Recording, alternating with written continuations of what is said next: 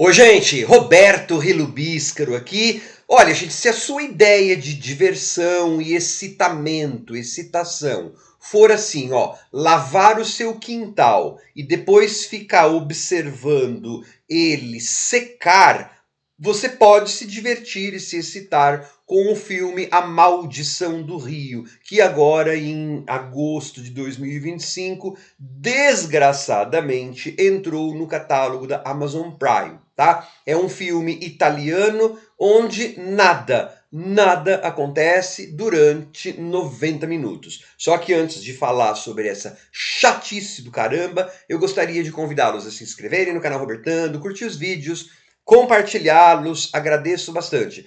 Tanto o horror indie, que poderia ganhar uma versão nacional, e essa porcaria aí é que chegou até em versão dublada lá, né? Embora o filme não tenha quase diálogo ou monólogo nenhum, porque a maior parte do tempo é um cara lá andando no meio do mato e andando no meio de escombros ou de ruínas e nada acontecendo. Então é assim, um biólogo está observando vida animal em uma floresta na fronteira da Itália com a Eslovênia. Então você tem, sei lá, 30 minutos iniciais do filme, é esse cara andando, catalogando animais, imagens da câmera noturna dele, e aí às vezes ele fala, um animal apareceu com mordidas, não sei o que, mas nunca vai explicar por quê. Beleza, num determinado momento, quando ele cruza o determinado rio lá do título, ele acaba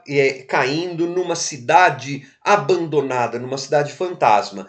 De repente aparece um casal de velhos, né, um casal de idosos, e o velho lá começa a ficar falando de uma lenda, ou de duas garotas ferais da época da Segunda Guerra. Então é assim, a única função desse casal, ou desse velho em específico, é ficar contando essa história, porque não tinha então, acho que como contar a história, ou a narrativa não confiava nela mesma. Porque assim, a ideia da narrativa desse biólogo andando por essa floresta e depois pelas ruínas é aparentemente dar aquela ideia assim, você tem que temer, tipo Bruxa de Blair, mais a possibilidade de um terror do que efetivamente presenciar atos de terror. Só que o filme ele não acredita na sua própria premissa, então aí ele coloca esse casal de velho que é para ter exposição. Então fica uma coisa assim,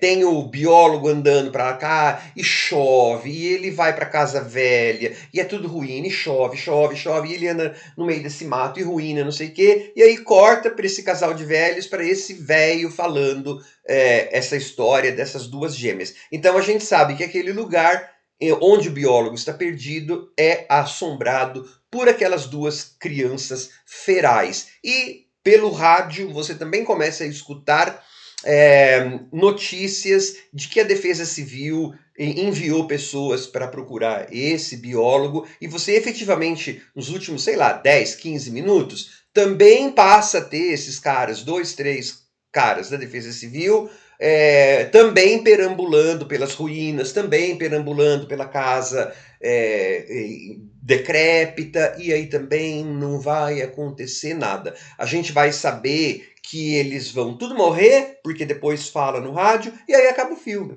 E aí você não viu nada. É assim, supostamente eu tinha que ter tido medo de ver rio correndo, pedaços, assim, vultos de fantasma ou das garotas, e com uma trilha sonora que sim, se tivesse um filme decente atrelado a essa trilha sonora, poderia até ter surtido efeito, mas do jeito que é apenas uma trilha sonora de filmeco, de suspense, onde não acontece nada. Enfim, gente, esse Maldição do Rio, parece que esse é o título em português, é assim, é a maldição do tédio. É como eu falei, é como se você estivesse vendo o seu quintal secar.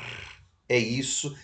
Esse é o grau de diversão, é o grau de excitamento, é o grau de terror que tem esse filme, né? Que porcaria, hein? Tchau.